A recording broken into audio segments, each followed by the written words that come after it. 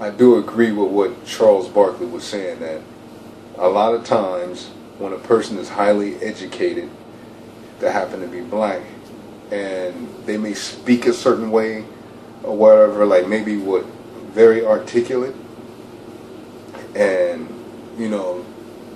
that may come across of being trying to be too proper or trying to be white. That's how some of us will come off thinking, which is stupid. Greatest. Hey, Charles, I'm just curious because you brought up the hating the smart kid, right? The dumb kids hate the smart kid. Yes. And did you see the Mike Freeman story about Russell Wilson? I heard that. I heard about it. And for those people listening, Mike Freeman wrote a piece about Russell Wilson where he quoted unnamed players saying he wasn't black enough, that he was too much of a company guy and that sort of thing. Now, Mike disagreed with the statement, but some of the players said that. Is that the same case where, why would you hate Russell Wilson? Well, unfortunately, as I tell my white friends, we as black people, we're never going to be successful, not because of you white people, because of other black people. When you're black, you have to deal with so much crap in your life from other black people. It's a dirty, dark secret. I'm glad it's coming out. It comes out every few years. I wrote a big chapter in my book about it, to be honest with you. I said, when young black kids, when they do well in school, the loser kids tell them, oh, you're acting white. The kids who speak intelligently, right? They tell them you're acting white. So it's a dirty, dark secret in the black community. One of the reasons we're never going to be successful as a whole because of other black people. And for some reason, we are brainwashed to think if you're not a thug or an idiot, you're not black enough. If you go to school, make good grades, speak intelligent, and don't break the law, you're not a good black person. And it's a dirty, dark secret, Anthony. I heard Stephen A. talking about it. Listen, I hate to bring white people into our crap, but as a black person, we all go through it when you're successful. It's like one of the reasons a lot of black players go broke is because when you're successful, your friends say to you, oh, you ain't cool, you ain't down with us anymore. And you end up giving up all your money to these damn losers, and you end up broke again. Yeah. But it's a dirty, dark secret in the black community that a lot of black people who are unintelligent, who don't have a success, it's best to knock a successful black person down because they're intelligent, they speak well, they do well in school, and they're successful. And they don't. Think about it. Well, it's crabs in a barrel, right? It's crabs in a barrel. And it's the thing that's funny. We're the only race that tell people if you don't have street cred, which that means you've been arrested. Right. Like that's a compliment. We're the only ethnic group who say, hey, if you go to jail, it gives you street cred. It's just typical BS that goes on when you're black, man. Don't waste a lot of time on it, please, because it's just so. Russell Wilson has it. I don't know Russell Wilson. I met him and said hello, but just because he studies the playbook all the time, he doesn't go out clubbing and things like that. I guess some of the other players, you see what happened with Percy Harvin, I guess they didn't like the way they wanted him to do crazy stuff, and he didn't want to do it. To be honest, in my mind, I thought it wasn't even worth even elaborating on, because there's a lot of truth, in my opinion, that Charles Barkley was saying in this video. It was like maybe how many? It was about I would say 4 tubers, and I went through their channels and I watched their videos, and just to get kind of their views and on Sir Charles Barkley's statement. All right, and basically, Charles Barkley was saying that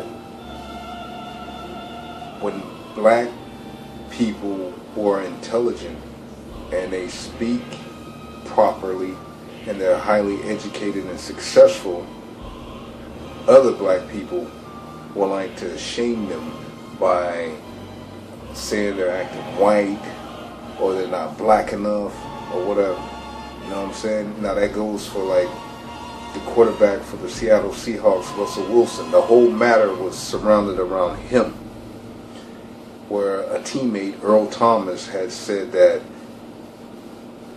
Russell Wilson is not black enough. Okay? And saying that jokingly saying that he's a company man. And pretty much saying, like, he ain't a field nigga, he ain't no real nigga. You know what I'm saying? Like, he didn't say those words, so don't quote me on that. And then also Charles Barkley was saying things about, he was telling his white friends about the situation. He tells them all the time that it's not them who's making it hard for blacks.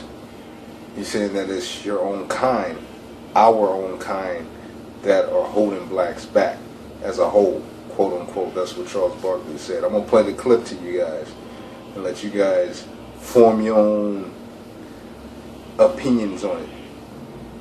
On this, I kind of like what Charles was saying in the video. I kind of like agree with him wholeheartedly, 100%. You know, I watched all of their videos. Like the likes of David Carroll, the revolutionary with the tattoos, Tim's Take, which was an excellent video. Tim Black, that's his name, and Mr. Superboy 223 had a good video. You know what I mean? Like I said, I don't have to get so detailed on why I agree with Charles Barkley on what he was saying. It's obvious, you know. In our race, it's a lot of black people that will try to hold other blacks back. You know what I mean? That's just how it is. It's like that. Not all the time, but it is like that. You know what I'm saying? In some cases, you know what I mean? Or if one gets to a certain area, a high level in his life, you know, certain people expect him to just give back, which is a good thing. If you give back, that's a great thing. But is it great to give back to somebody that don't give a shit about your cause or what could give a fuck about what you represent? You know what I mean? Or even put you in a situation where they tarnish your name, or put you in a situation where you can get caught up. So I agree with what Charles Barkley was saying 100%, wholeheartedly.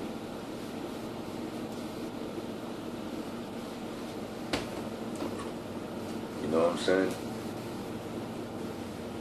I remember David Carroll was saying in one of his other vids, he said that if we all got our heads together, got our noggins together, black folks pulling together, we can change shit overnight. Just like that. But that's not an easy task. We all know that's not an easy task. So, well, tubers, I just, you know, that's how I feel about this issue, this situation. That I think I can't see where Charles Barkley went wrong on what he was saying in his opinion. Well, alright, tubers, feel free to sub, and I'll catch you guys in another one. Nah-ahh.